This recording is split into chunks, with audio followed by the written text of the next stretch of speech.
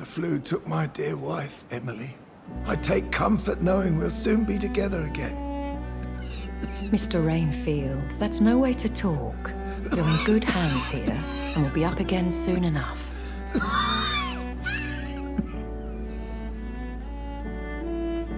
Now do me a kindness and get some sleep. I'll be back round later. Your words are kind, the blessings of an angel. You're the sweet, sweet Lady of Mercy.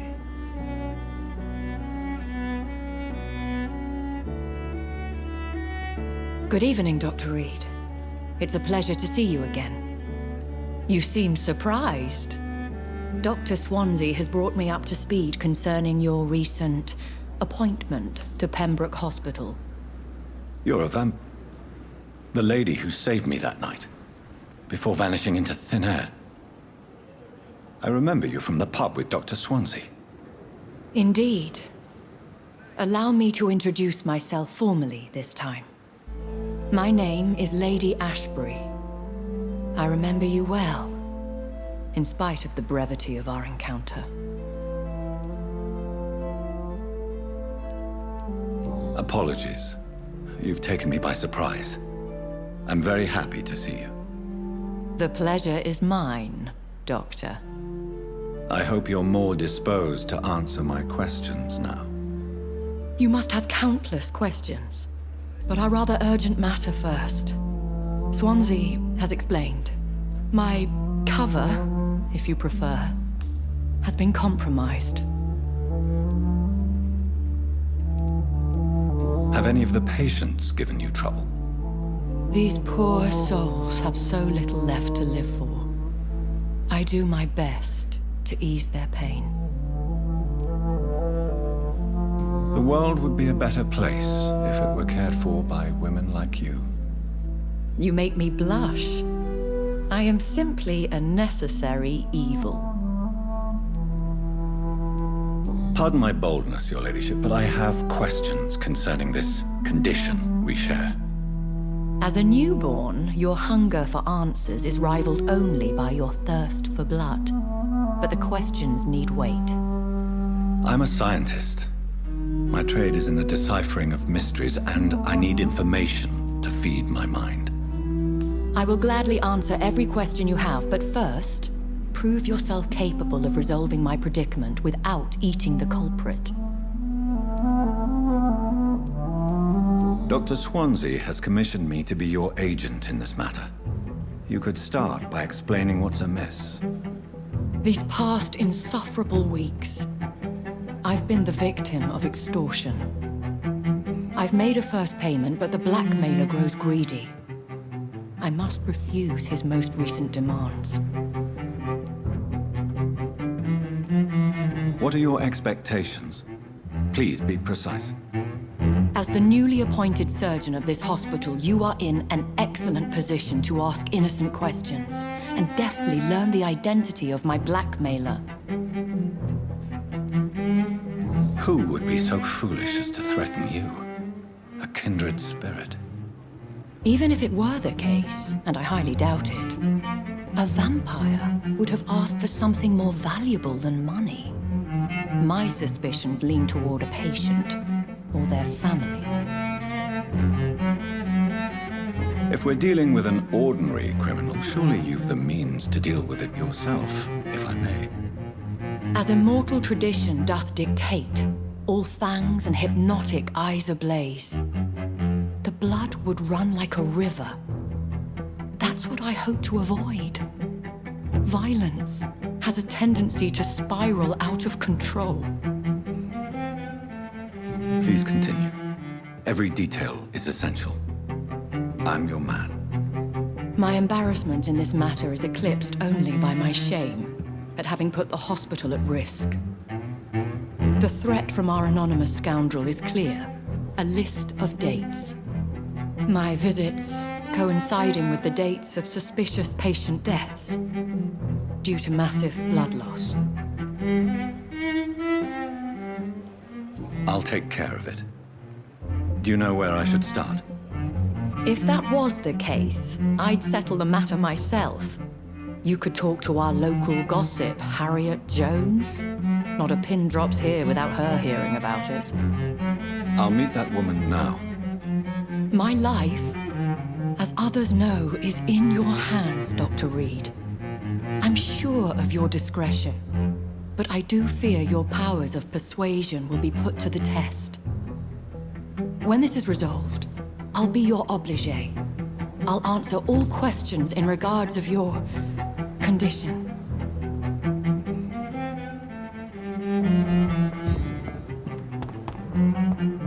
Simpletons, these nurses. Bred with no respect. What is this? Who are you? Get out of my room. There's no need for alarm, madam. I'm Dr. Reid, the new surgeon. Preposterous. Dr. Reid, you say? I don't want some bumbling intern. Where's Dr. Swansea? Please, calm down, madam. I assure you that I am highly qualified. I'm just back from war duty. How brave. Threatening an old defenseless woman. You know how long I've been a patient here? You've picked the wrong fight. I'm Harriet Jones. Harriet Jones? Indeed. I've been meaning to have a chat with you. You know what goes on here better than any other patient, I gather. Oh, better than any patient, nurse or doctor. I've seen so many vile undertakings. I heard there have been some despicable goings-on. Was there a case of blackmail? Blackmail? Wait. You're investigating something. This isn't a social call. One of those incompetent cunts slit a poor sod's vein. If I didn't know better, Miss Jones, I'd be inclined to say you enjoy this type of idle gossip. God's honest truth, Doctor. It's just the way it is here. Most of these bitches would let you freeze to death before getting you a blanket. You seem to know more about the goings-on here than anyone else. Beware, Miss Jones, in case suspicion should fall on you. That's it. Blame the old and infirm. I see those little bitches' greedy little eyes. Just waiting for me to pop off they are. I assure you, madam, this is not an investigation into a possible medical error. Debauchery, then? Nurses Crane, Hawkins, Brannigans, whores, all of them. They can't keep their legs shut. I've seen them scratching slutty sores. Really? Well, if you have irrefutable proof, I'll not have the staff behaving in such a manner here. This is your business, Doctor, not mine. But I swear one of the nurses is cavorting with some man on hospital hours. Thank you for your time, Miss Jones. You've given me something to go on. See you on the next round.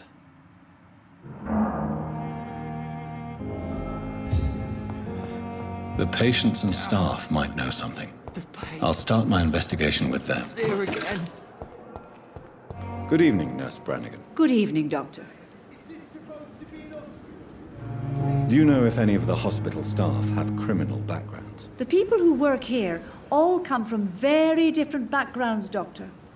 Just like the patients.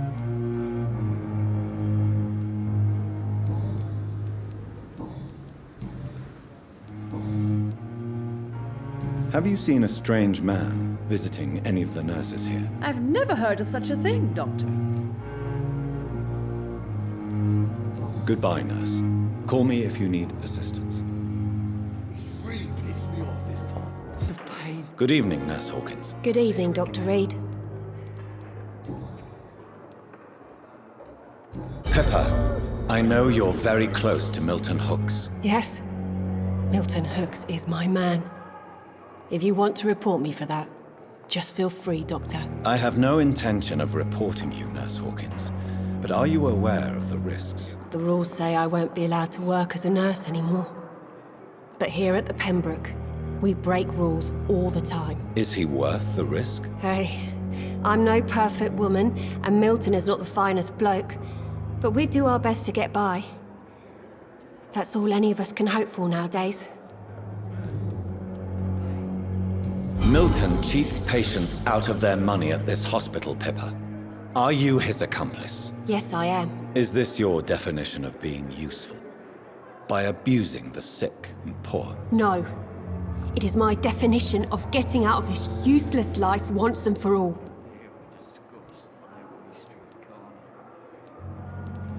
Why do you do it? Why not? Most of the sick who paid for a bed are already dead, or will be soon. Don't you see the futility of all this? You put a price on hope. This goes against everything you swore to uphold as a nurse. Report me then, Dr. Reid. Report the little nurse and keep on lying about the surgical errors, the wrong dosages and diagnostics that we all covered for the sake of our colleagues. Whose idea was it? What difference does it make? We did it together, and I'm guilty as charged. Answer my question. It was my idea first, even though Milton would say it was his, to protect me.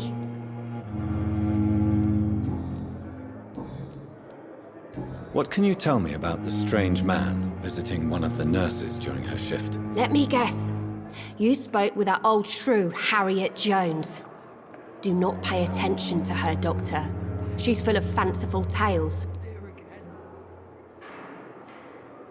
No matter how you feel about her, Miss Jones deserves our help. Who says I don't care for her? Hate is what keeps that old crone alive.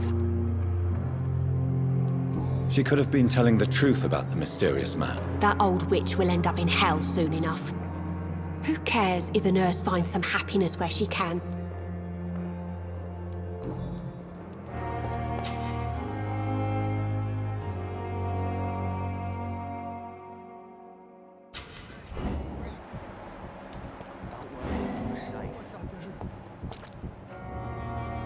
You're sure you don't come back with me? Nah, I have to see someone at the hospital. Be careful. You look so bad they may keep you as a patient. Fuck 'em. I don't like hospitals or doctors. Well then, when you go back to Whitechapel, you may find this useful. What is it? A pass for a free medical exam by the best nurse available. Just read it.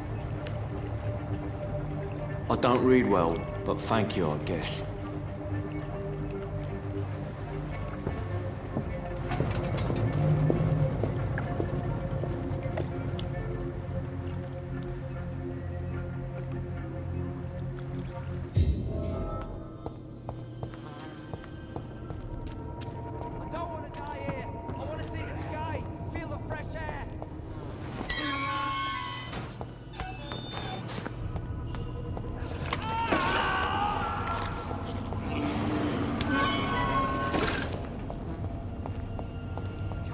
This man has been savagely attacked and dragged to the floor.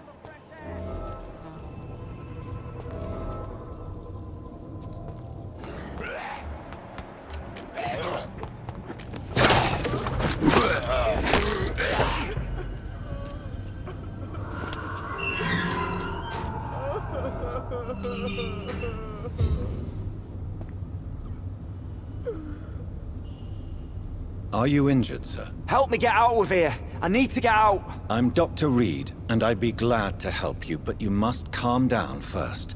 Please, take a deep breath and tell me your name. Okay, I'm Oswald Thatcher. Please, I need to get out. Mr. Thatcher, your friend Newton sent me to help you. Do you remember him? Yes, I do. Good. Now leave this place and enjoy the cool night air. It's quite invigorating. I'm sure you'll feel better if you do.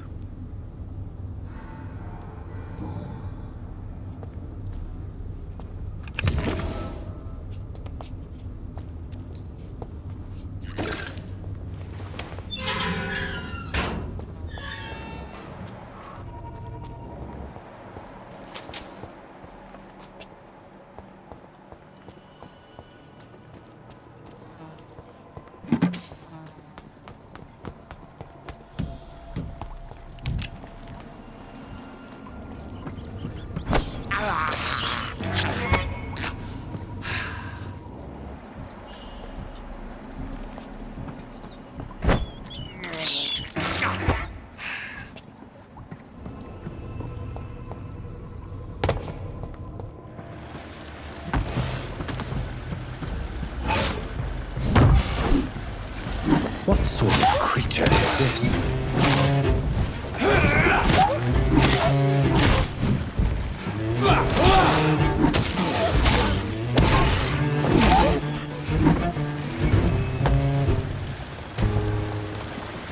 Here's what's left of him. Not a lot to check, but I should anyway.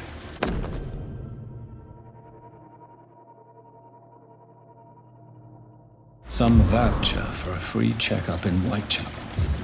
What is Nurse Crane up to? I really must find her.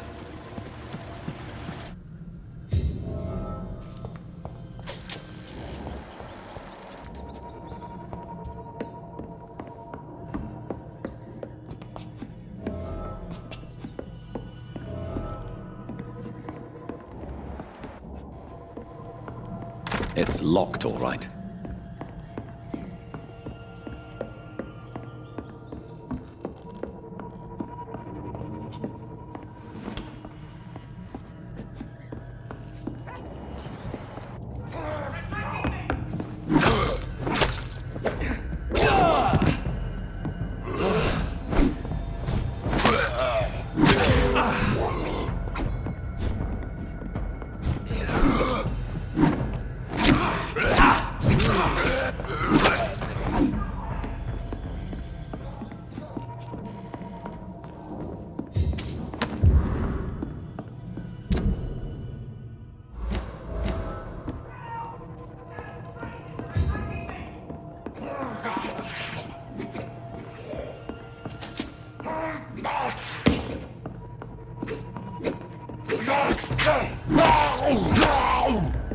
Get away from me! Don't touch me with your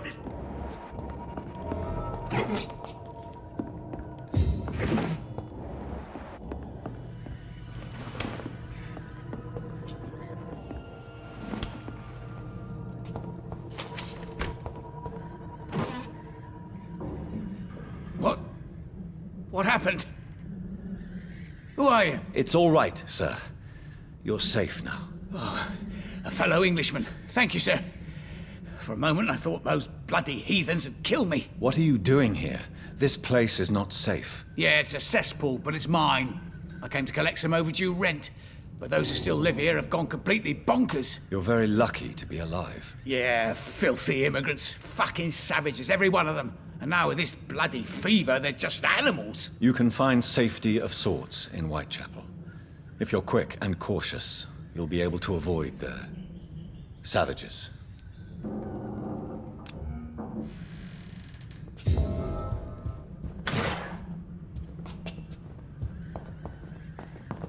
This is Braille. I need someone who can read this.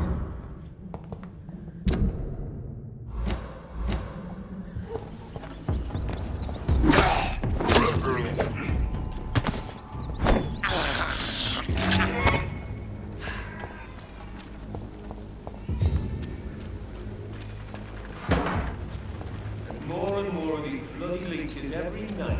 Aye, but the gods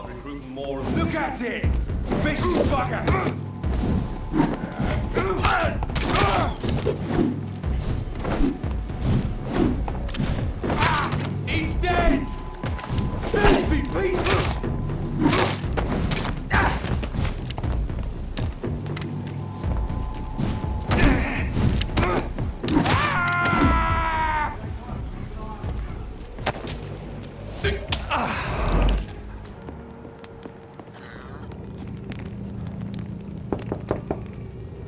Hello, sir. Sorry to disturb you at this hour. I'm a doctor inquiring about the epidemic. May I come in? A doctor, you say? No, thank you. All right. I shan't insist. Goodbye for now, sir.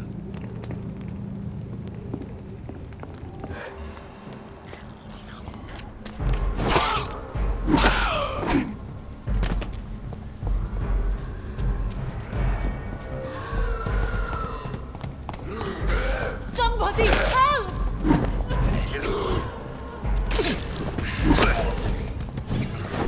Who are you? What do you want?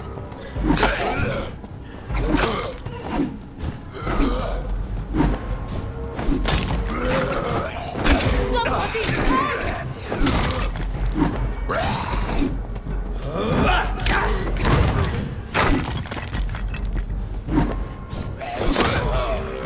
What do you want?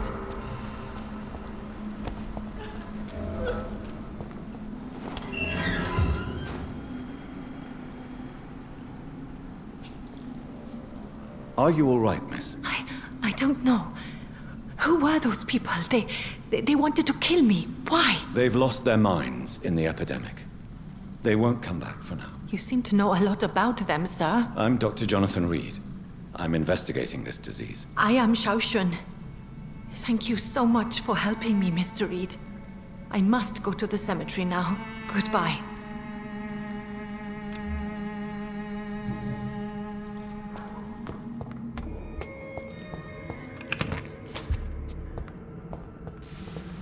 This is Braille. I need someone who can read this.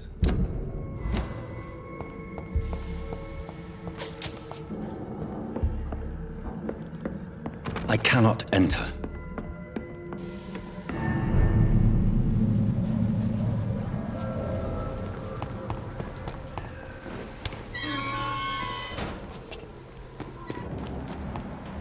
Stay back, beast!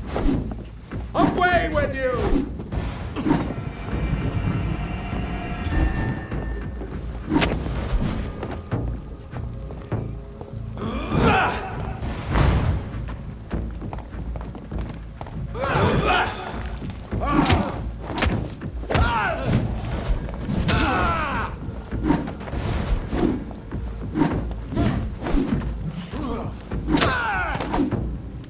This man stunned me with his faith.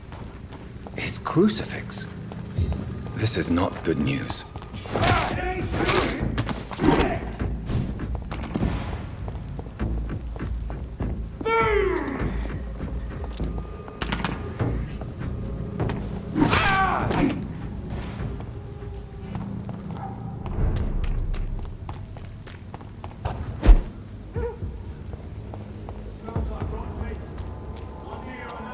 Sorry, sir. No admittance. Die, vermin! We have to stop it!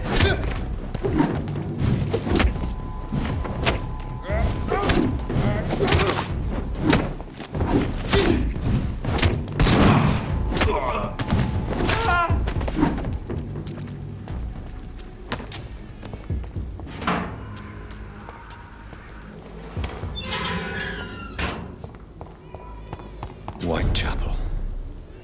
This neighborhood is linked somehow to the kind Lady Ashbury's blackmail. First, let's find this Petrescu fellow.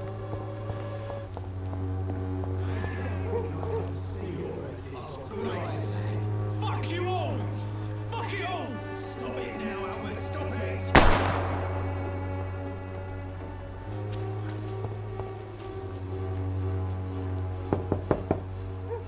What? What do you want? Leave me alone. Good evening, sir. I'm Dr. Reid. I'm looking for Nurse Dorothy Crane. There is no Dorothy Crane here. Now goodbye. I'm afraid this medical leaflet says the opposite, sir. Really? Well, I'm afraid I'm going to close this door right now. Go bother someone else, Mr. Doctor. To enter that house, I must discover who this man really is. Maybe I could start by observing what he's up to.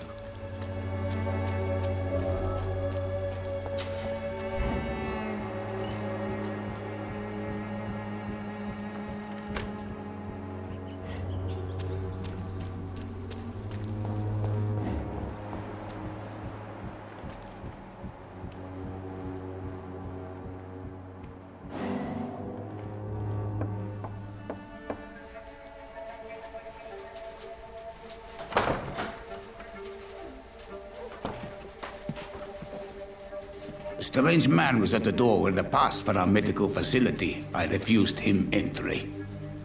Darius, how could you know he didn't need our help? His clothes were too finely tailored to be for Whitechapel. Perhaps just a friend of that stray poet who is always about. Richard Nethercott? No, not of the same cloth, this man. I suspect some machination from that journalist. Clayton Darby. Is he still asking questions? Yes. I saw him drifting around St. Mary's Church. I swear he is tracking me just downwind.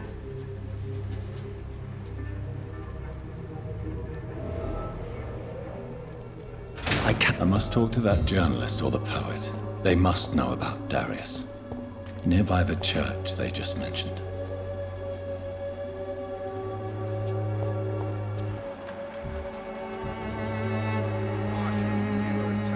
Excuse me, sir. I have a few questions for you. Another journalist? I didn't answer the first one, so piss off! I'm not a journalist, I'm a doctor. A doctor, you say? It's quite a rare breed in this part of town. Really? But still, here I am. Dr. Jonathan Reid, at your service. I'm Joe Peterson to some, but Colossus Joe to most. And I don't remember asking for your service, sir.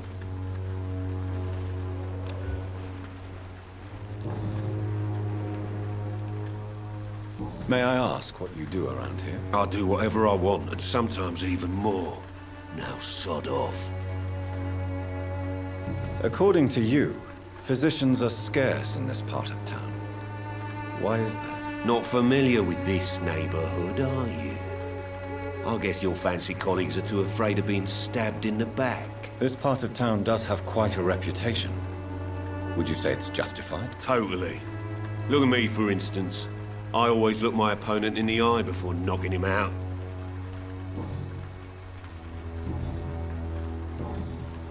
Have you heard of a nurse named Dorothy Crane? She's a colleague of mine, and is supposed to live around here. Dorothy Crane? Yeah, I know her. One of the few good souls who dare to help the sick around here. Could you please tell me more about her? She's a nice girl. Tries to help the migrants. I offered to give her a hand, but she said my reputation would attract too much attention. Goodbye, Mr. Peterson.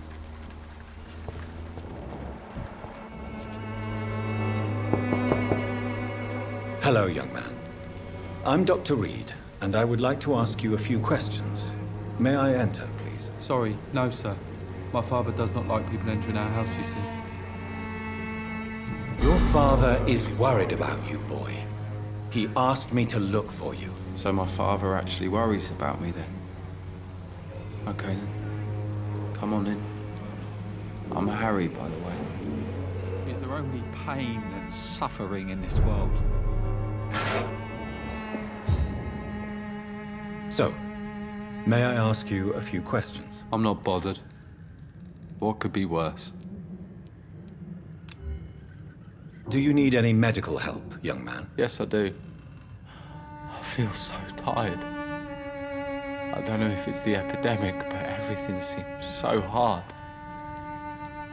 You'll feel better with this, but you need to get a grip, young man. Medication alone won't cure melancholia. I'm not sure I'm happy with the idea of living long in a world like this. But I thank you for your concern, sir. Do you know Nurse Dorothy Crane from the Pembroke Hospital? I'd like to know more about her. Yes, I know her. She came here to examine me when I was very sick. She said I should go out more. How do you feel? I'm fine. I mean, it's not easy every day, but I'm fine. I'm just tired of being sick all the time. If only I could be tough, like... Well, you know. Speaking of which, what can you tell me about your father? My father is an idiot who makes idiot things. That's all I have to say. Forgive my bluntness, young man, but you don't seem happy living in Whitechapel. Why should I? I never wanted to come here in the first place. It was my father's decision. And look around you. Does this look like a nice place to live?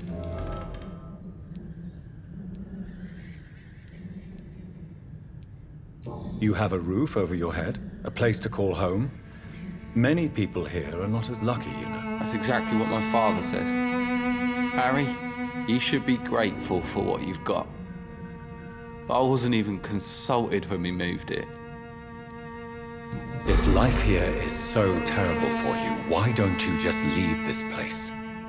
Have you ever spoken to your father about it? I don't go outside. It terrifies me so. I went outside once without my father noticing and I saw terrible things.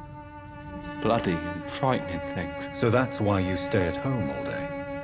For fear of the epidemic? I'm not afraid of disease or death, Dr. Reid. It's the living I'm afraid of.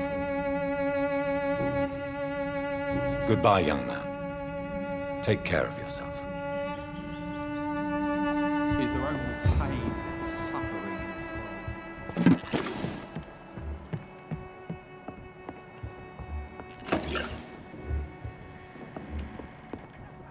It's locked.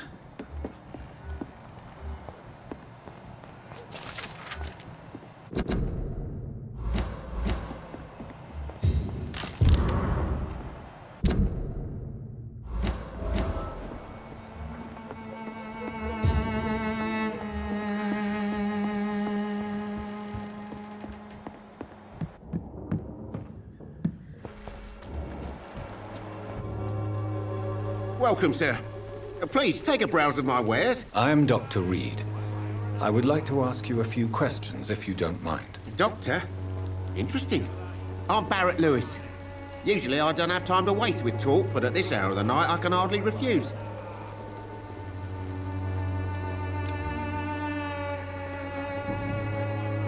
How is business around here? Business? I have no business. Between this racket, theft, and customers getting scared, I'm losing money every day. I see. Sounds like you blame someone in particular for your situation. It's no secret Joe Peterson spends his time harassing merchants. But with me, he's trying to put me out of business once and for all. As a merchant, you see Whitechapel every day. Have you noticed anything out of the ordinary recently? What you mean besides the epidemic, the war, and all the usual crap? As long as I can remember, this part of town has been a bottomless pit, and no sign of the bottom yet. Violence is increasing in the borough. Yeah. A few nights ago, some blokes jumped me. Came out of one of the condemned workshops. Fever, madness, something like that. Where did this happen? Why did you go there? In the closed workshops nearby. I worked there as an apprentice in better days. Now I only go to find trinkets or tools. Too bad I was mugged, though. There was good money in that little box of loot I lost. Have you been hurt? No, but that's only because I ran like hell. Those men were raving lunatics, I tell you. Not even able to speak anymore, just screaming.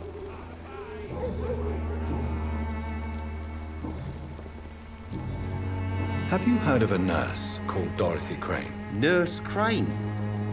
So the bitch really is a nurse, then? Always thought she was just some crafty foreigner, that one. Yes, she's a nurse, and quite a good one. What did she do to gain such notoriety? Dorothy Crane ain't even a real name. Something like Dorothea Craniu. Something like that. Came to England fleeing the war, I was told. That doesn't explain why she irritates you so much. Your precious Nurse Crane gives away medical supplies and prescriptions for free. I offered to sell it for a fair cut, but no.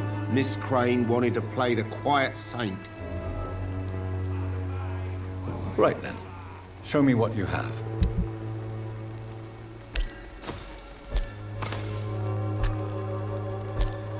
Forgive my interruption. Do not apologize, my son.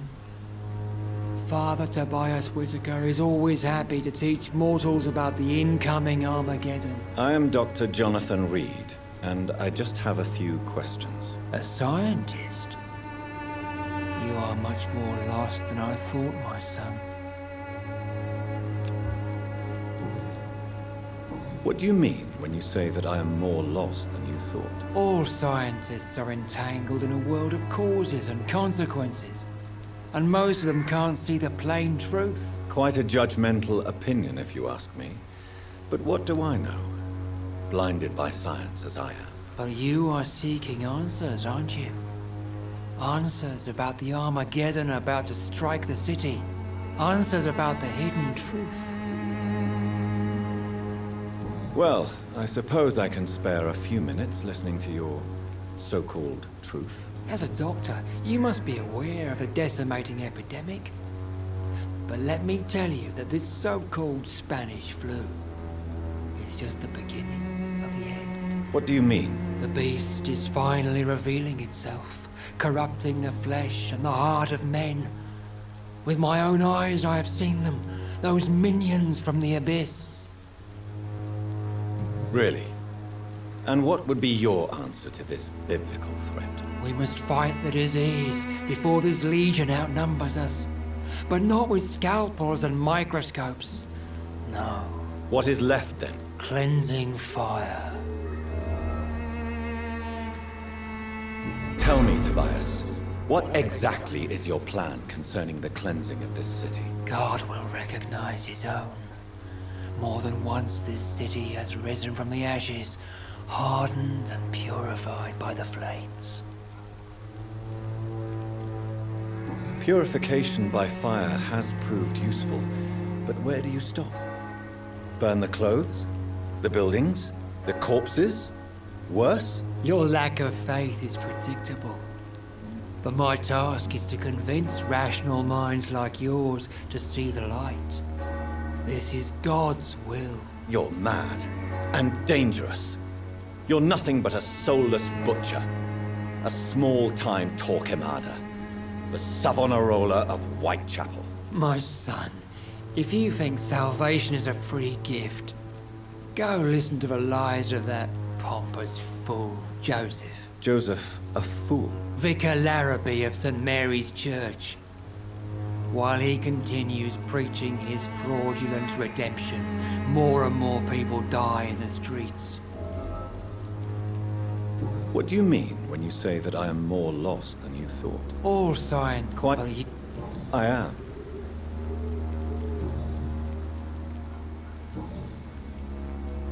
Have you any friends? Any family left in these terrible times? No. But I have a disciple I see as my son. He is so devoted.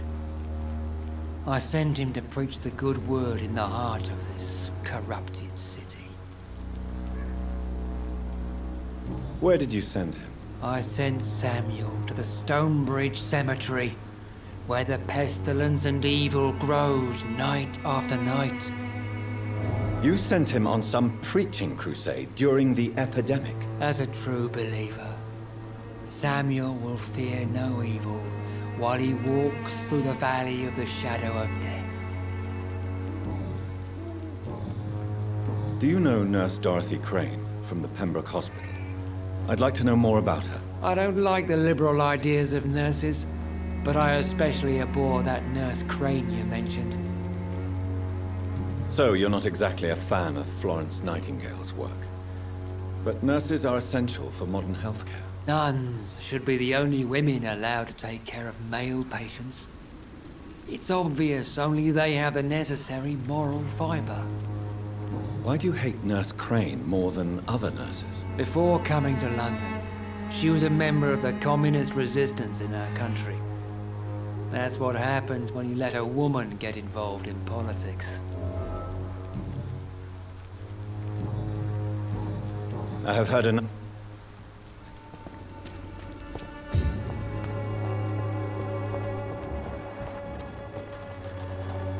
Excuse me, sir. Are you familiar with this part of town? Name's Clayton Darby, reporter. Sorry, I'm new to Whitechapel. But perhaps you could help me since you're a journalist. My name is Jonathan Reid. Dr. Reid, the famous surgeon. I'll gladly help if I'm able, sir. Why are the newspapers keeping silent about the Spanish influenza? It's as though none of you care. There's a war going on. People shouldn't be demoralized by news of deadly diseases. If no one stops it, this epidemic could turn into a scourge. It may kill more people than the war itself. Yes, this is another kind of war, but just as deadly. History will judge us all for what we did and what we did not. Have you any idea of the danger you face in these streets at night? I've had to run and hide more than once from frenzied mobs incensed by the fever. Do you think the flu is really responsible for this, Doctor? I'm convinced there is more at work here than a simple epidemic. Really? To be honest, I could say the same. Some of the sick I saw or heard of. My God, what happened to them? What is a journalist doing in this borough after sunset? He goes where none of his colleagues would dare to go, to inform the country. So you risk your life to reveal the truth. I saw many reporters do the same during the war. Whitechapel is the crucible of so many untold stories and tragedies. I want people to know them. That's quite honorable of you. But is the public interested? Not at all, sir. And that's why I'm an independent journalist, hoping to sell some stories. Do you need assistance? That would be nice of you, Doctor. Who knows what I may have caught during my investigation. If you persist in investigating the most pox-ridden boroughs of London, you must accept the risks. Thank you, sir. I heard you're investigating an underground medical dispensary in Whitechapel. What do you know about it? Not much, I'm afraid. They are wary of strangers, and I'm not really an acquaintance of theirs. Why do you care? It's confidential. Speaking as a doctor, I'm sure you understand. Are you sure you're not just concerned about the repercussions that a scandal involving a certain Nurse Crane from the Pembroke Hospital would bring? Without a doubt, you are a damn fine journalist, Mr. Darby. What do you know of her accomplice, a man named Darius? I don't know much about the man. He's very cautious. Never goes out. Doesn't seem to have any friends or family. He has no relatives at all? No. Except for that strange man, a poet named Richard Nethercott, who sometimes comes by. Darius would never let him in. Where can I find this Mr. Nethercott? He spends most of his time lurking around Whitechapel, talking to himself or declaring verses. These days, you can usually find him behind the church. He never goes out? No. A few days ago, he unexpectedly did. I followed him, but it was just a ruse to keep me away from his house. Really? How do you know? He went to the nearest mailbox, but just before posting his letter, he ripped it up and threw it away. Goodbye, Mr. Darby. Farewell.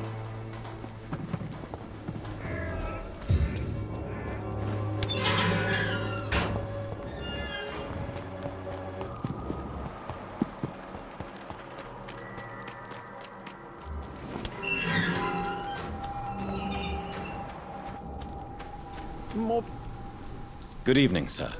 I'm Dr. Reid. I would like to ask you a few questions. Please be my guest. Although I may not be the best informant regarding this part of town, my words speak about that which the eyes cannot see. Really? Are you an artist of some kind? I'm a poet, sir. Richard Nethercott, at your service.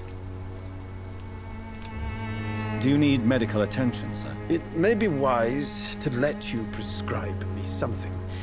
I don't feel like I should. I understand your appetite for words and macabre beauty, sir. But you should be more careful. The nutrition of my mind is more important than my physical health. But I appreciate your concern, sir.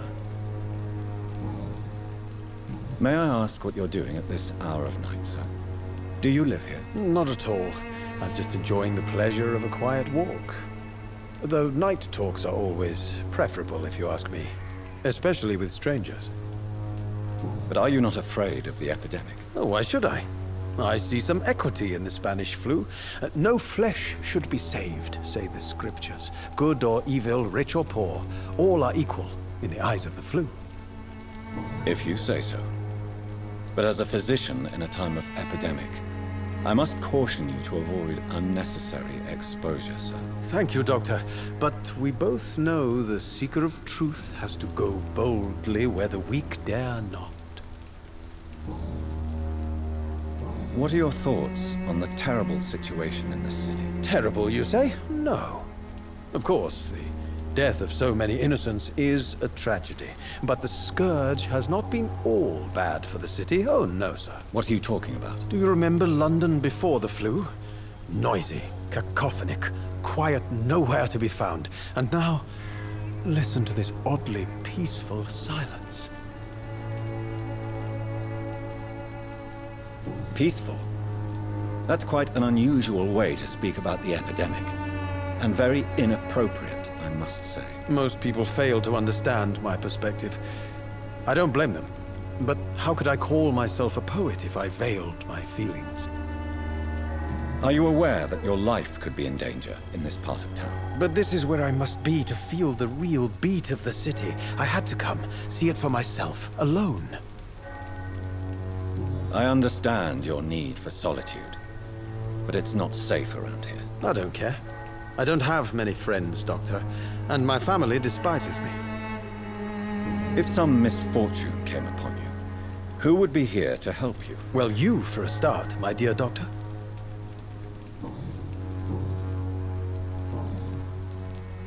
Tell me, Mr. Nethercott, why seek inspiration in Whitechapel? The place is not beautiful per se, but how to explain it? Stirring and challenging. Do you not think it a little morbid? On the contrary, sir. Whitechapel is full of life, full of beauty. Just like my dear muse, the wonderful Camellia. What can you tell me about Camellia? Not much. And that's the beauty of it. She can't speak, you know. She's a locked mystery who exhales kindness and sweetness. Perhaps you're just afraid to find out the truth about your muse. One day, perhaps, I'll ask her to come with me. But will she still be my wild flower of Whitechapel if she moves uptown? And have you ever tried to learn more about her? Where she lives? How she survives? Whom she may know? Maybe I prefer she remains an enigma. Reality can be so dull, don't you think? In what way, exactly? The struggle by gaslight, the barren smiles and the added hunger under the rain. If you say so. Such vibrant antagonism and vivid paradox, the stripped humanity raged across each street. Vivid, of course, yes. And what about the poignant distress? Oh yes, the poignant distress. You see what I mean, don't you? That's what I want to write about, and that's what Whitechapel is made of.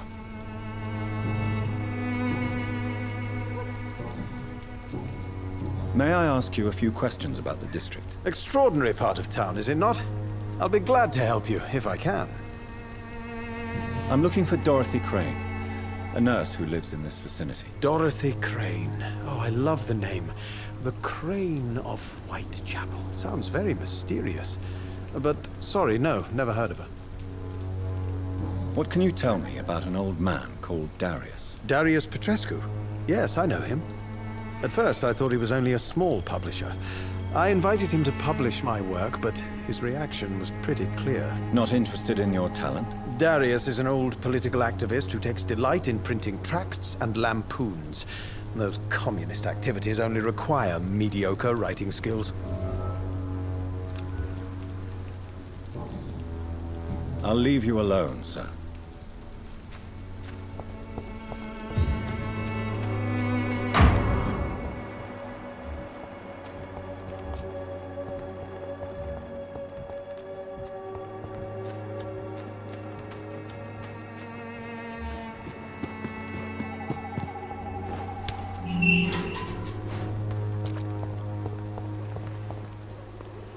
Good evening, miss.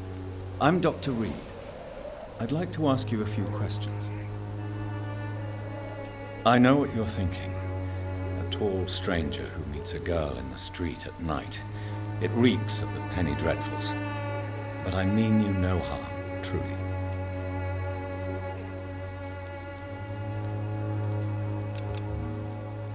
Tell me about Richard Nethercott.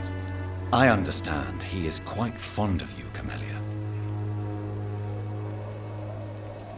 I know you understand what I'm saying. Your silence has nothing to do with you being mute, does it?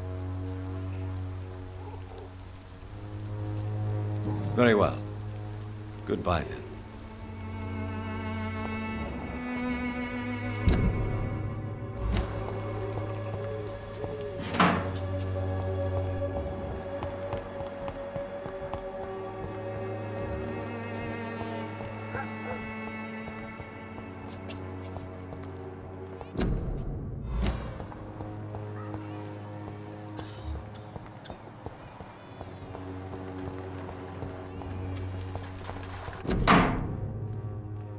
The content of Darius' letter to his children could give me more leverage to enter. Darius is a bit less of a mystery now. It should not be that difficult to incite him to let me in.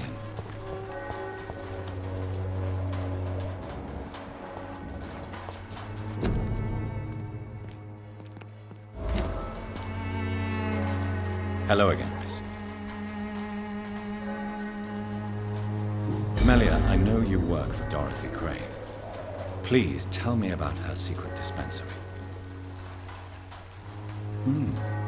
A stubborn and mute comrade. Nurse Crane and Darius Petrescu have been clever.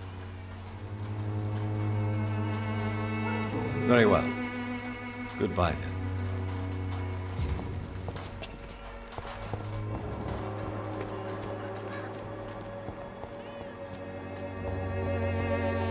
It's locked.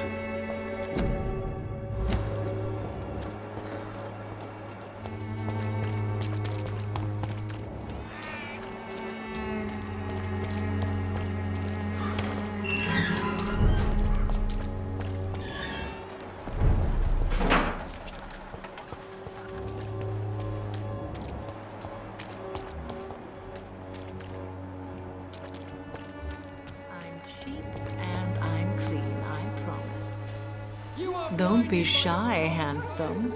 What can Christina do for you? I'm not looking for what you're selling. But I'd like to ask you a few questions, if I may. I'm a doctor. Dr. Reid. All right then, but be quick. Though I usually get paid when I open my mouth. Do you need any assistance, Miss Popper? It depends on the price of your medicine. I am shocked that you would think I am that sort of man. Forgive my suspicion. I'm so used to liars with good manners. Thank you, sir. Christina, have you been examined? The epidemic is spreading fast in London, and you could be exposed, or expose others. I don't like doctors or hospitals, but I don't like you asking questions. Considering your line of work, I assure you it is only a matter of time before you have health issues. If it is going to happen, it will happen. Right now, I need money. That's what's important. You can put your own life in danger, that's your decision. But what about your clients? If you're contaminated, you will put them in danger too. And you think that would worry me? If you knew the men I deal with, their health would not be what you'd worry about. Clayton Darby claims he will expose the crisis in Whitechapel to all of London. Do you believe him? I believe Clayton's courage will erode with time, until he finally leaves Whitechapel to start another fight somewhere else. Why this skepticism? How can you speak about starvation if you've never been hungry? Or about poverty? Or anything else you have never suffered from? Are you talking from experience? I've seen your type come here to get a good fuck in a cheap room or a dark alley before going back to their fancy houses in the West End.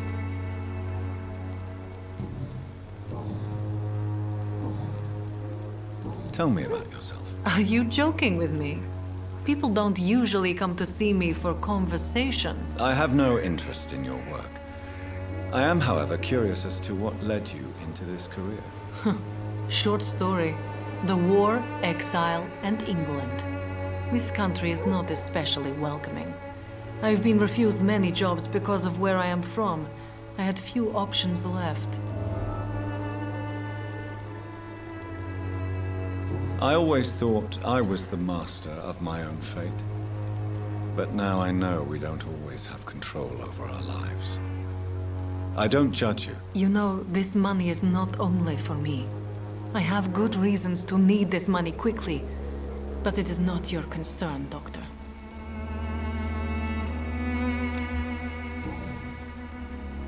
Do you know Nurse Dorothy Crane from the Pembroke Hospital?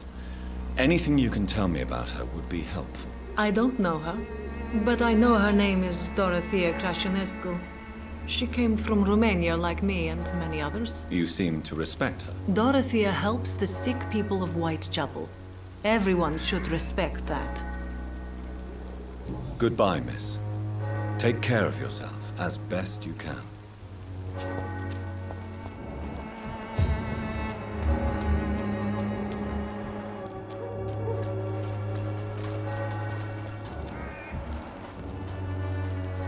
You again? What do you want this time? Harry doesn't seem happy living in Whitechapel. Why did you make him come here? I've always put my son's interests above everything else, whatever he may think. Our house is small but affordable.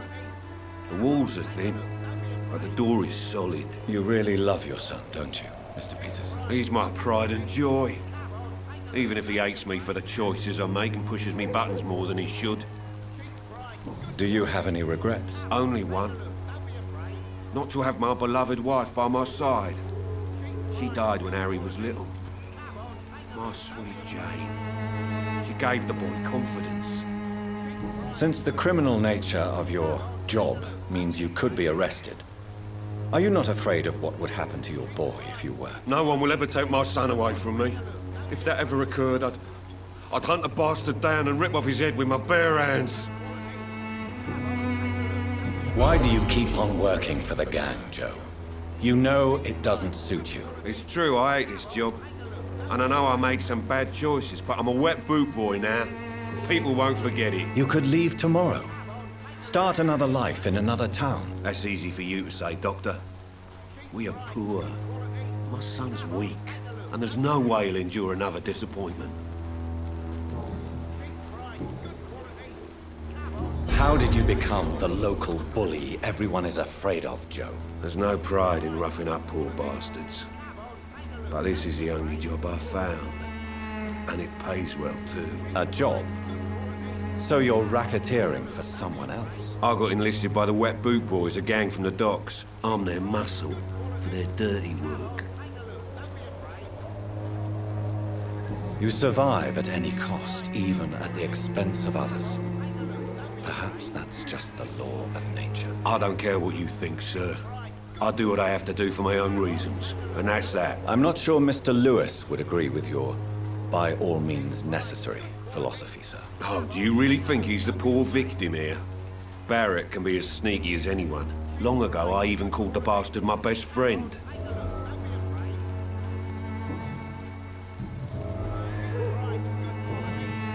Goodbye, Mr. Peterson. Fancy buying something, sir? You never lose...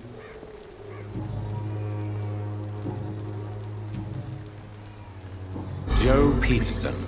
He's the villain here, isn't he? But you seem to know each other. I'd known Joe for years. I saw him box once or twice. He was a friend then. But these days, he's just another thug. What can you tell me about Mr. Peterson? Besides his behavior toward you, obviously. Colossus Joe was a decent boxer, good one even. But after his wife passed away, he found every excuse to stop training. Just wanted to pick fights with everyone. Without making excuses for him, it's safe to say that despair can poison even the sanest mind. We've all had some rough times, ain't we? But most of us don't use our fists to see us through. And no one has ever stood up to this thug. Nobody would be fool enough to stand against the wet boot boy. What do you know of Harry Peterson? The boy seems so fragile. Not like his father at all. Harry's a good boy, but he spends most of his time complaining. He's had it tough, all right, but he needs to grow a pair. What troubles him exactly? Well, despite being his father's son, almost everything, I think. He never wanted to come to Whitechapel in the first place. Hates this place more than most of us. Goodbye for now, Mr. Lewis.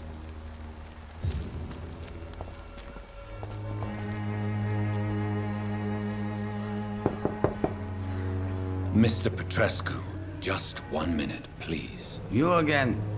Go away. Sir, wait. Stop this nonsense. I know Nurse Crane is here. Shall we speak man to man, you and I? All right. Speak up. Don't you see we're on the same side?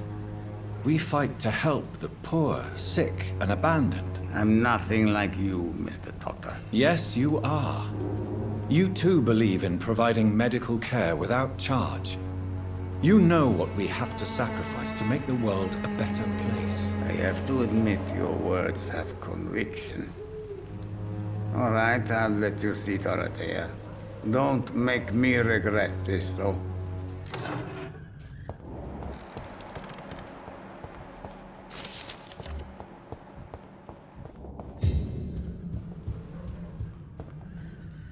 If you want to talk to Dorothea, you must go across the courtyard and take the stairs. We've not been formally introduced.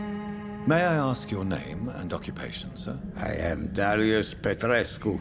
I'm here to keep snitches and spies away from Dorothea. And I also run this little print shop. Do you need some help, Mr. Petrescu? I am very tired, but that is all. I don't need you, Doctor. Well, I think you do. Take this, and you'll feel better. Free drugs from an English doctor? It must be my lucky day. So Dorothy's real name is not Crane? Like myself and many people in this area. Dorothea is from occupied Romania. That's all you need to know. She seems important to the community. More than you can imagine. The West End does not want to hear of Whitechapel's misery. Dorothea is one of the few doing something about it. Tell me everything you know about Camellia, the mute florist. I do not believe in the afterlife, Doctor, but I'm almost convinced Camellia is an angel. She volunteered to give out our medical leaflets. Are you not worried for her safety? She is as brave as she is tough, and clever, too. If only I had met her when I was younger. Are you in love with Camellia, Mr. Petrescu? Don't be stupid. If I had met her when I was younger, we could have won our revolution. Who is she, really? Do you know where she's from? She's not from around here, that's all we know. Camellia is not even her name. It's her favorite flower. You say she has no close family? Well, there's that awful poet who constantly follows her around like a lost puppy. A good man for sure, but a very poor writer. Do you have any family left, Mr. Petrescu? Children or grandchildren? Who knows? I have abandoned my people for so long, they might as well be dead. As dead as I am for them, I suppose. Don't be embarrassed, sir. If you must know, my own father disappeared many years ago, and I forgave him. It's quite awkward to talk about our families like this, but thank you, Dr. Reid. I appreciate your trust. This war won't last forever. Did you ever think of returning to your country now it's free? No. I have taught strength and determination to my sons and daughters. I'm an old, dying man who only has memories of better times to cherish. I know you fought for your country when it was occupied, Darius. Tell me more about it. I know my days are numbered, and I know I won't see my homeland again. But I fought for Romania all my life, and I will until my last breath. But Romania escaped the grasp of the Austro-Hungarian Empire. It's a free country again. But it's not the country I fought for. My homeland is not appeased, Doctor. But I still see a dark future ahead for my people. How did you meet Nurse Crane, Darius? Why does she trust you? I'm her oldest friend in England. Dorothea and I share many ideas about this country and about the country we left. You mean occupied Romania, don't you? Even if not directly, I fought against your enemies. Really? Then perhaps you have more in common with Dorothea than meets the eye, Dr. Reid.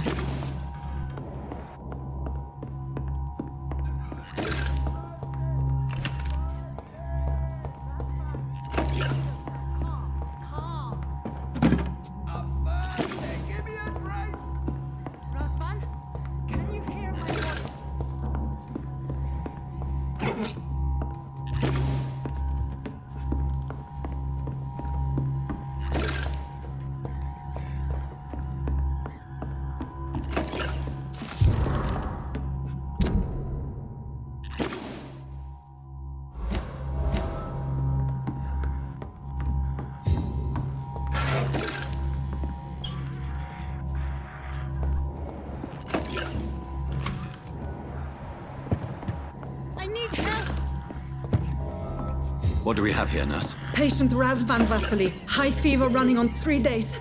Complaints of dizziness, muscle aches, and head pain. Diagnosed with influenza. Treatment? Aspirin and salicin for the fever and discomfort. Liquids for dehydration, but he's having trouble keeping even water down. Thank you, nurse. Anything else I should know? He did lose consciousness this morning, but he's never had convulsions like these. He's not convulsing, he's choking. He's not getting any air. Scalpel! Hand me that scalpel! What can I do, Doctor?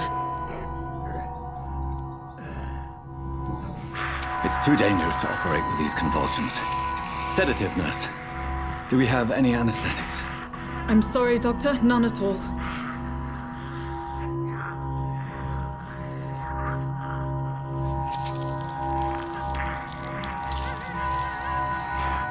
I need to perform a tracheostomy. Short pipe. That rubber tube will do. We're going to cut a passage for air through the neck. Yes, Doctor. He's breathing again, but he's coughing up blood.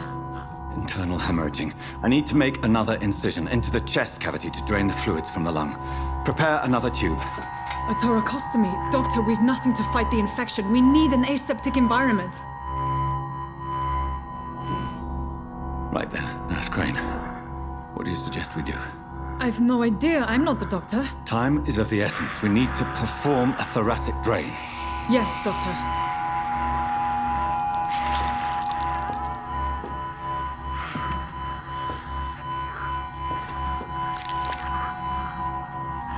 He's still bleeding, doctor.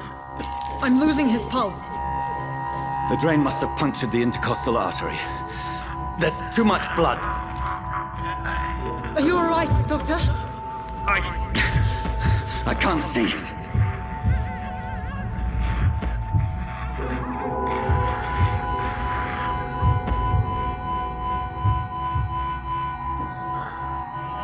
I must first suture the artery.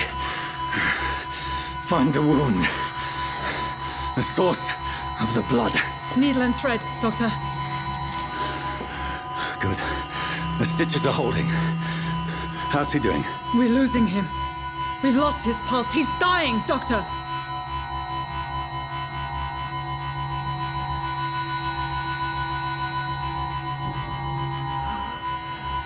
A dose of epinephrine, now. Yes, doctor.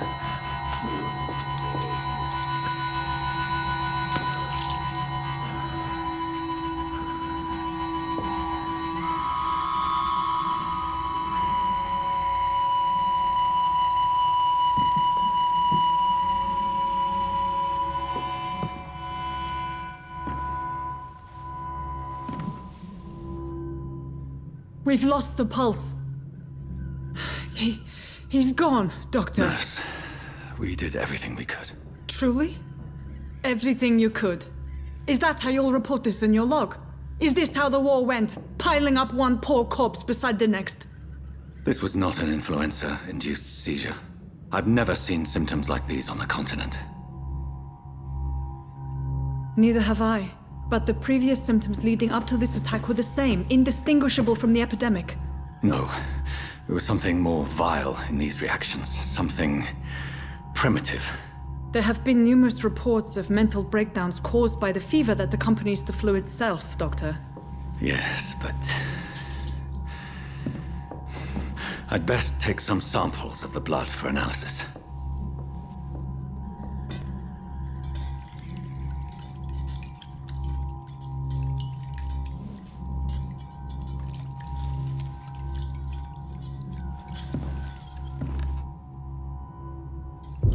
I doubt you're here to test my bedside manners.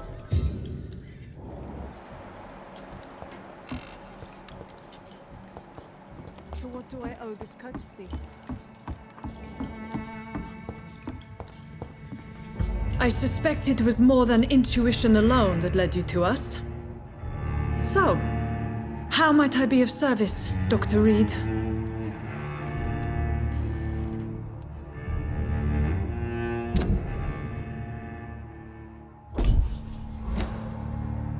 I've come to put an end to this insufferable blackmailing, Dorothy.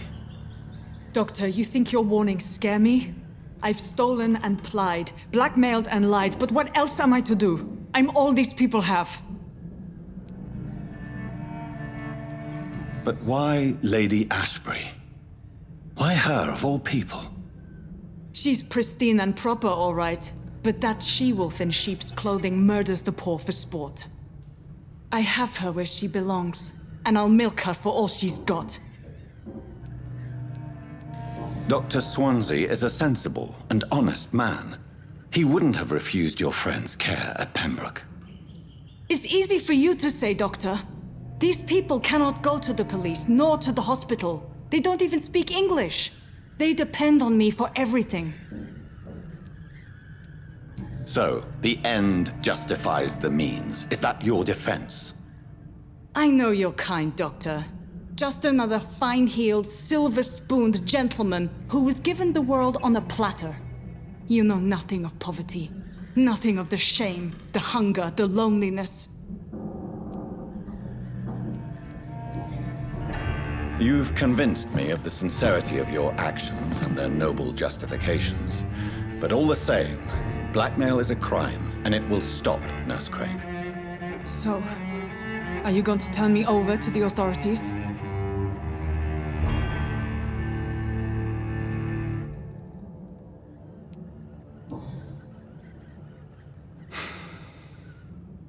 No.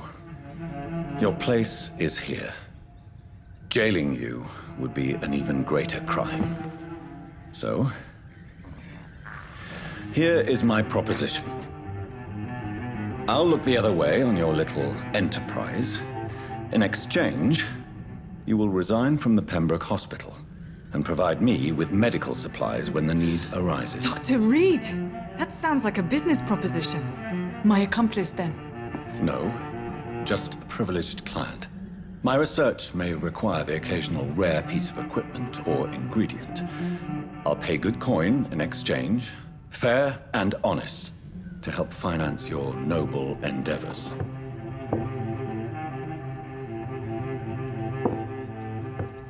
We have ourselves a deal, Doctor. Good customers are always welcome. Yes, Nurse Crane. We have a deal.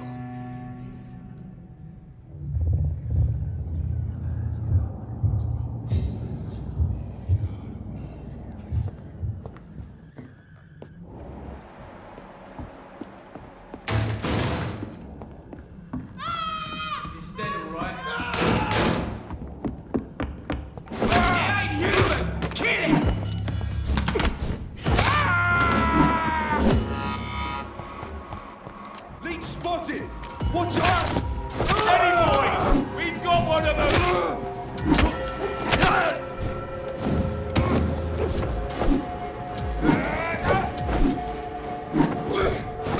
You'll pay for this, you lick fucker!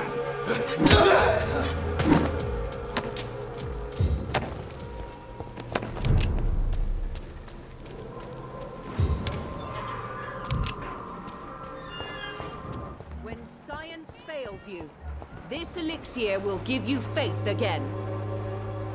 Good evening, miss. Good evening, sir. Are you interested in a miraculous cure for this unknown and deadly epidemic? Actually, I am. Then you have come to the right place. The famous Swanborough cordial is all you need to help keep you in perfect health. Oh, really? Why didn't I hear about it during my studies? I'm Jonathan Reid, by the way. Dr. Jonathan Reid. Ah, my brother has spoken of your research, sir. I'm Loretta Swanborough, and it's always a pleasure to meet a fellow healer. Tell me, who intrigues you most in Whitechapel? The region itself is something to see, but I would say Camellia the mute florist who gives away her flowers. What do you think of the locals? Most of them are afraid or desperate. They all come to me eventually for my remedy. Is there anyone I should avoid? Cadogan Bates, without a doubt. The bloody bastard remorselessly exploits poor migrants as soon as they get here.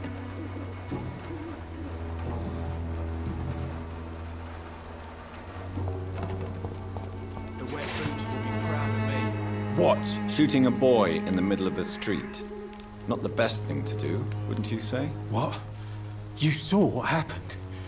Who are you? I'm Dr. Reid, and I'd like to ask you a few questions, if you promise me to set your gun aside. No. Look, I'm not a violent man. I'm Benjamin Palmer, doctor. And no one can help me. Not even you. What can you tell me about this place? Nothing to say, really. This is where I used to live, and this is where I live now. You don't have anywhere to go? No family that would welcome you? Not since the death of my wife, Albert's mother. She was sick, you see. Long before the flu and all this shit. You mean you used to have a better life? Yeah, I had a wife, a home, and a job. I even used to have a name. And now I'm just Ben. Ben the Tramp. Perhaps you could focus for a moment and tell me your troubles. I'm sick, broke, and my son just stole my pills. Everything's coming up roses. Whatever the boy did, I'm sure he didn't deserve a public execution. I swear I didn't want to hit him. It's just that I'm sick in the head, you see, and the boy just frayed me last nerve. I have found a very interesting letter. Your son planned to prove his worth to the gang by stealing your medicine. Oh, I see. So the little bugger thought he could use his dad to build a reputation. The gang's recruiter was dead when I found him. Perhaps you should take better care of your son. I love my Albert, sir. Believe me. It's just... well, I'm an arsehole, I suppose. Anyway, thanks for the letter. This is for your trouble.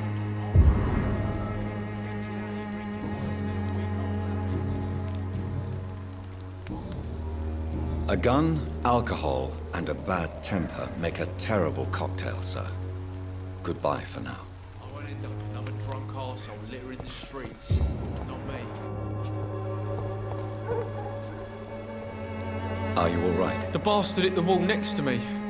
I don't even know if he meant to miss. If you've been hurt, I can help you. I'm a doctor. Name's Albert. Remember it. Now bugger off. Do you need assistance? Please. Feeling tired these days. There you go. Let's hope nobody steals it from you. Very funny. What happened? Did you really steal that man's medication? Hey! I didn't do anything, it ain't me!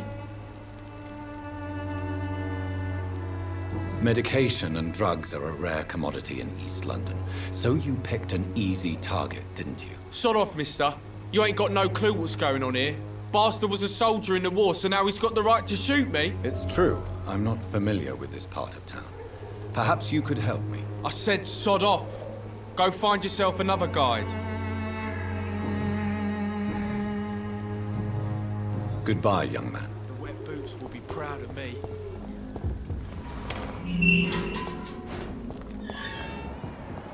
Human blood. Whoever left these marks did so deliberately. Kill it, boy! Vermin!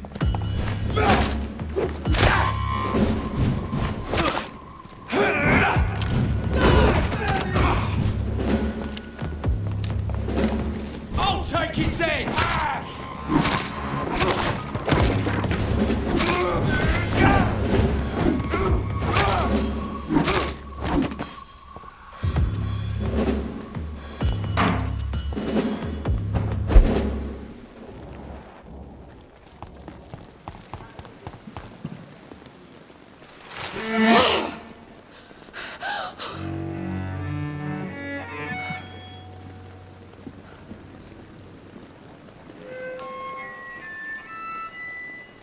I would ask you to avert your eyes, sir. Or did you not know it was rude to stare? I knew it. Speak up, Dr. Reid. I like a man who speaks his mind. You killed him. He trusted you. And you killed him. Spare me your sarcasm, Jonathan. You are but newly born in this world. So in the end, the accusation was true, wasn't it? The situation is somewhat awkward nonetheless. I have not been observed sustaining myself for many decades. I have to say I'm a trifle embarrassed. Anyway, I have concluded my inquiries concerning your blackmailer. I see. Please excuse my agitated state. Under normal circumstances, I wouldn't let anyone see me in this condition. I must confess I have not put an end to the blackmail, my lady. Unfortunately, I could not bring myself to do it. I'm so disappointed in you, Jonathan. I didn't expect this from you. Lady Ashbury, you yourself admitted how ridiculous the sum of money was. I can assure you it was all used for charitable ends. Well, you are full of surprises, aren't you, Jonathan? All right, say I trust you, but you will still pay the ransom. That is only fair. After all, it was you who failed to bring this problem to a satisfactory conclusion. I believe I could agree to that.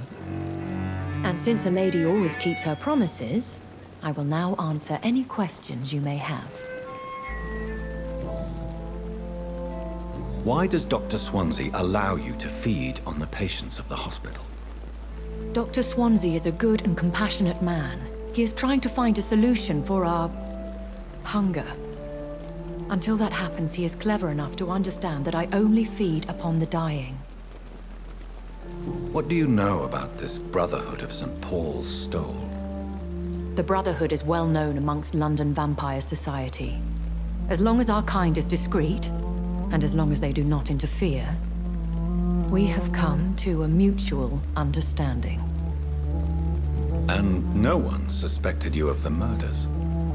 As you well know, suspicion has recently fallen on me of killing for pleasure. But you have my word, Jonathan. I take no pleasure in taking a life. I know this is beyond the pale, but may I inquire your age? Really? And I thought you were gentlemen. If you must know, I'm 27. I've been 27 for a long time now, and 27 I shall remain. Very well, but I believe there is more to this than you are saying. A lady has to have some secrets. And who bestowed upon you this eternal youth? My maker. He left this isle a long time ago. Why did you save me in the canning factory? I could hardly stand by and watch such a promising young blood as yourself be torn to shreds by some gutter scowl. William Bishop wasn't the vampire that created me then? No, Jonathan. Whatever their strength and demeanor, Scowls are the progeny of careless vampires. It cannot be the other way round. What type of vampire is a Scowl? Not a true vampire. The deformed offspring of lesser vampires. It is a shame these creatures run wild, slaves to their baser instincts.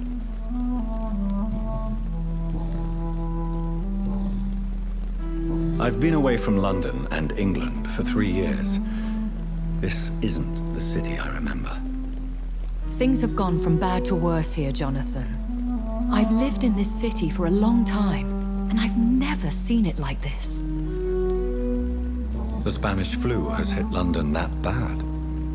Yes, but it's not just that. I've heard things. Things I've not heard for a very, very long time. There are whispers in the shadows. Something far worse than the Spanish flu is here in the city. What is it you fear? Fear has long since flown this form. But there is something malevolent circling us. I feel fear is merely waiting in the wings. Are there many vampires here in London? Immortals are of a rare breed, and we often tend to hide. But you may occasionally meet some of us at night. Do you know any of them? Have you an idea of the identity of the vampire who attacked me? You mean your maker? No, Jonathan, I have no clue. But I fear he or she is as careless as cruel. To let you discover your new condition by yourself. What do you mean? Every now and then, you may discover an immortal in the deep of the night. But we are a rare and reclusive breed. Our progeny is almost never accidental. Will they all be as affable as you, my lady? I do not see why not. But remember, even the shark smiles before he bites. That sounds like a lesson from experience. Vampire politics are as intricate and sometimes tedious as a game of chess in a gentleman's club. I've learned from experience it is best to decline to play. When I awoke, changed, I was chased and attacked by vampire hunters. Prepared and well-trained. Though I can't be certain, more than likely it was the once glorious Guard of Priwen. Once glorious, but still dangerous. They have seen better days, but all fanatics are dangerous. You would be wise to stay clear. They are sworn to destroy our kind. You make them sound like some sort of cult. More a society. And like all the best ones, a secret society. I thought them almost gone. but it seemed they have been recruiting.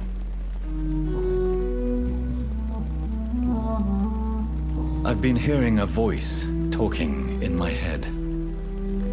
Is this some kind of insanity? It feels like the voice of the vampire that created me. Hush. Tell no one this. It would be unwise to talk of such things amongst British immortals. Speak no more of your maker. How could this cause offense? Only the powerful immortals can mentally call to their progeny. No vampire or hunter will sleep easy, knowing that an unidentified elder is stalking the streets of London.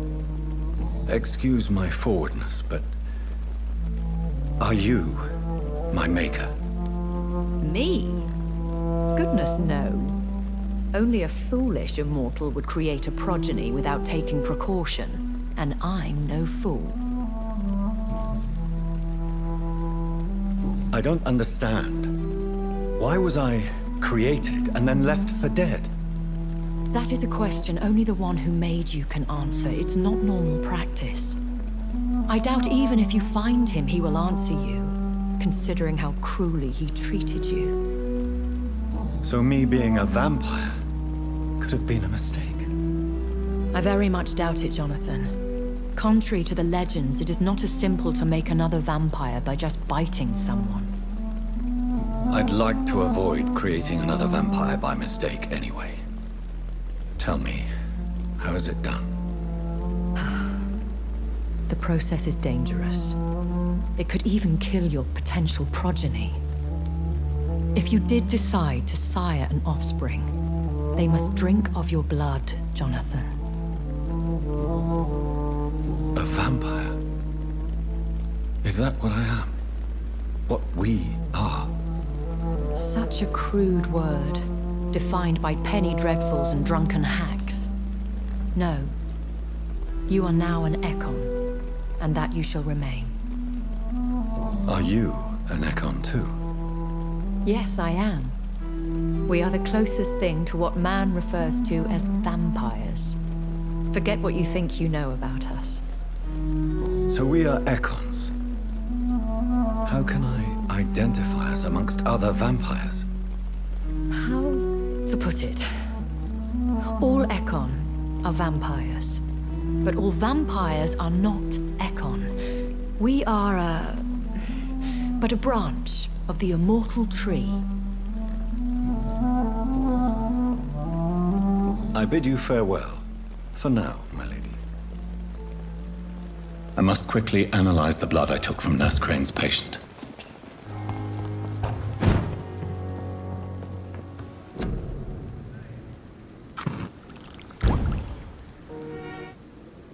Razvan Vasily was infected by Spanish flu, but also has the highly unstable blood of the Skulls.